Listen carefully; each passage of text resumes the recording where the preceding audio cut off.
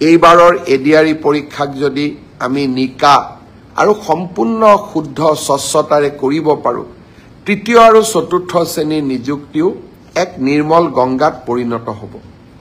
আমাৰ ৰাজ্যখনত যুৱ প্ৰজন্মৰ বাবে ই এক আশাৰ বতৰা।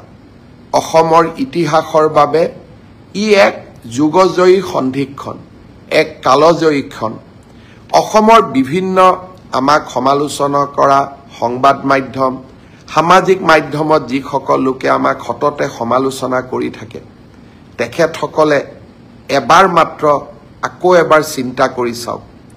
কছে যে পুলিচৰ ফিজিকেল ফিটনেছ আমি পাছ কৰিলোঁ, এতিয়া লিখিত পৰীক্ষা কেতিয়া হ'ব? ফেব্ৰুৱাৰী মাহৰ ভিতৰত এই লিখিত পৰীক্ষা সমাপন কৰাৰ বাবে আমি প্ৰচেষ্টা কৰিম। এডিআৰই ৰিজাল্ট কেতিয়া দিব? এডিআৰই ৰিজাল্টটো আমি তৃতীয় আৰু চতুৰ্থ বৰ্গৰ আটাইকেইটা পৰীক্ষাৰ ৰিজাল্ট আমি ফেব্ৰুৱাৰী মাহৰ শেষৰ ফালে বা মাৰ্চ মাহৰ প্ৰথম সপ্তাহতে দিবৰ বাবে আমি চেষ্টা কৰিম।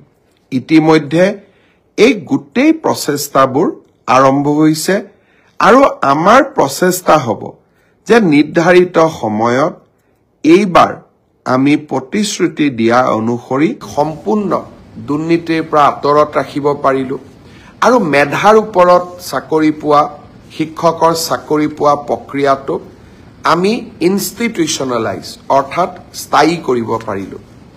যোৱা ৩টা বছৰত লোকসেৱা আয়োগৰ পৰীক্ষাকো আমি এক নিৰ্মল গংগালৈ ৰূপান্তৰ কৰিলোঁ আৰু এইবাৰৰ এডিআৰই পৰীক্ষাক যদি আমি নিকা আৰু সম্পূৰ্ণ শুদ্ধ স্বচ্ছতাৰে কৰিব পাৰোঁ, তৃতীয় আৰু চতুৰ্থ শ্ৰেণীৰ নিযুক্তিও এক নিৰ্মল গংগাত পৰিণত হ'ব। আমাৰ ৰাজ্যখনত যুৱ প্ৰজন্মৰ বাবে ই এক আশাৰ বতৰা। অসমৰ ইতিহাসৰ বাবে ই এক যুগজয়ী সন্ধিক্ষণ, এক কালজয়ী ক্ষণ। অসমৰ বিভিন্ন আমাক সমালোচনা কৰা সংবাদ মাধ্যম, সামাজিক মাধ্যমত যিসকল লোকে আমাক সততে সমালোচনা কৰি থাকে, তেখেতসকলে এবাৰ মাত্ৰ আকৌ এবাৰ চিন্তা কৰি চাওক। কংগ্ৰেছ দলৰ মুখ্যমন্ত্ৰী এজন থাকিলে, অসমত কংগ্ৰেছৰ চৰকাৰ থাকিলে, চৰকাৰী চাকৰিত এনে নিৰ্মলতা, স্বচ্ছতা সম্ভৱ হ'লহেঁতেন নেকি? আমাক সমালোচনা কৰা সকলেও এটা মুহূৰ্তৰ বাবে কংগ্ৰেছৰ সেই শাসনকাললৈ মনত পেলাওক। ডাঙৰ ডাঙৰ মন্ত্ৰীৰ ল'ৰা, বিষয়াৰ ল'ৰা, ধনী আঢ্যবন্ত পৰিয়ালৰ ল'ৰা ছোৱালী, 1 কোটি টকাৰ লৈ উপঢৌকন, ৰাকেশ পালৰ দৰে ব্যক্তিৰ সৃষ্টি আৰু অসমৰ দৰিদ্ৰ মধ্যবিত্ত সমাজখনত অগাধ লুণ্ঠন, এই কংগ্ৰেছৰ শাসনকালৰ স্বাক্ষৰ আছিল। আজি আমাৰ শাসনকালত আমি সেই ব্যৱস্থাক প্ৰত্যাহ্বান জনালোঁ, সেই ব্যৱস্থাক আমি সফলতাৰে পৰিৱৰ্তন কৰিলোঁ আৰু আজি সমগ্ৰ দেশেই স্বীকাৰ কৰিবলৈ বাধ্য হৈছে যে আজি অসমৰ চৰকাৰে, অসমৰ ৰাইজে টকা পইচা নিদিয়াকৈ চাকৰি পোৱাৰ ব্যৱস্থা এটাক আদৰণি জনাইছে আৰু তাক আমি আনুষ্ঠানিক ৰূপ দিছোঁ। পৰীক্ষাৰ ফলাফল হ'ল, এইবাৰ এই পৰীক্ষাৰ ফলাফলত দুটা নতুন বৈশিষ্ট্য আছিল। যোৱা কিছুদিন আগতে কেবিনেটত আমি এটা সিদ্ধান্ত লৈছিলোঁ, অসমৰ আটাইতকৈ আদিমতম আৰু আটাইতকৈ প্ৰাচীন জনগোষ্ঠী দুটাই আছিলে মৰাণ আৰু মটক। যিকোনো কাৰণতে শৈক্ষিকভাৱে পিছপৰি থকা বাবে সেই জাতিটোৰ পৰা আজিও দুইটা জনগোষ্ঠীৰ পৰা আজিও এজন মেজিষ্ট্ৰেট বা ডিএছপি বা লোকসেৱা আয়োগত পৰীক্ষা পাছ কৰা যুৱক যুৱতী আমি ভবা ধৰণে নিৰ্মাণ কৰিব পৰা নাছিলোঁ।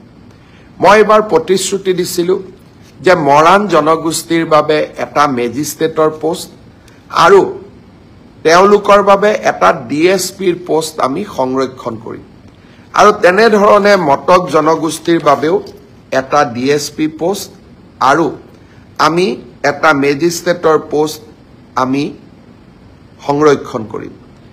এইবাৰ মৰাণ মটক জনগোষ্ঠীৰ স্বাগতা বৰুৱা আৰু মৰাণ জনগোষ্ঠী বা DSP বা লোকসেৱা আয়োগত পৰীক্ষা পাছ কৰা যুৱক যুৱতী আমি ভবা ধৰণে নিৰ্মাণ কৰিব পৰা নাছিলো।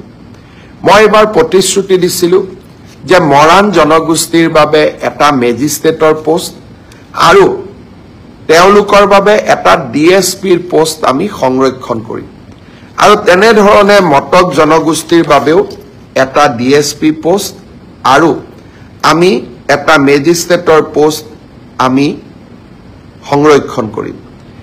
এইবাৰ মৰাণ মটক জনগোষ্ঠীৰ